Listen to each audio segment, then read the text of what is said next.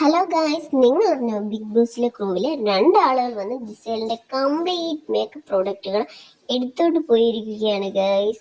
ജിസേലിന് 3 തവണ ഒരു വാണിംഗ് കൊടുത്തിട്ട് വീണ്ടും വീണ്ടും അത് തന്നെ ജിസേൽ ചേച്ചി ആവർത്തിച്ചു കൊണ്ടിരുന്നു. പിന്നെന്താ ചെയ്യാ, അവിടെ ക്രൂവില് തന്നെ രണ്ടാളുകൾ ജിസേലിന്റെ കംപ്ലീറ്റ് മേക്കപ്പ് പ്രോഡക്റ്റുകളും അവർ അടിച്ചു മാറ്റിക്കൊണ്ട് പോയി. BB+ എപ്പിസോഡിൽ ഇത് കൃത്യമായി കാണിച്ചിട്ടുണ്ട്.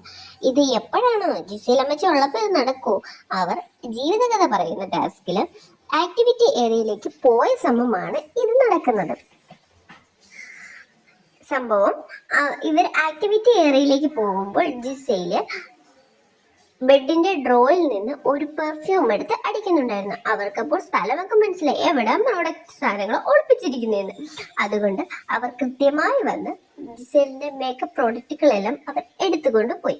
അവർ എല്ലാം ആക്ടിവിറ്റി ഏറിയിൽ നിന്ന് ജീവിതകഥ പറയുന്നത് കേട്ടുകൊണ്ടിരിക്കുകയായിരുന്നു നമ്മൾ ജിസേൽ ചേച്ചി ഒന്നുമേ അറിയുന്നില്ല.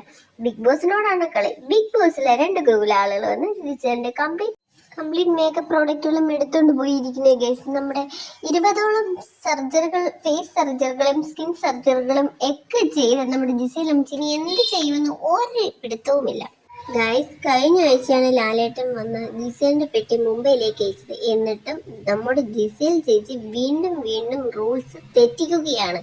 എന്തായാലും അടുത്ത ആഴ്ച ഒരു യെല്ലോ കാർഡോ റെഡ് കാർഡോ കൊടുത്ത് പറഞ്ഞു വിട്ടാലും അത്ഭുതമൊന്നുമില്ല. എന്താ ഇത്രയും റൂൾസ് ബ്രേക്കപ്പ് ചെയ്യുമ്പോൾ ഒരു മത്സരാർത്ഥിക്കെതിരെ എന്തെങ്കിലും ബിഗ് ബോസ് എടുക്കാതിരിക്കില്ല. അല്ലെങ്കിൽ ഈ സീസണിന് തന്നെ അത് വളരെ നാണക്കേടാണ്. കൂടുതൽ അപ്ഡേഷന് വേണ്ടി ചാനൽ ഒന്ന് സപ്പോർട്ട് ചെയ്യണേ ഗൈസ്. Thank you.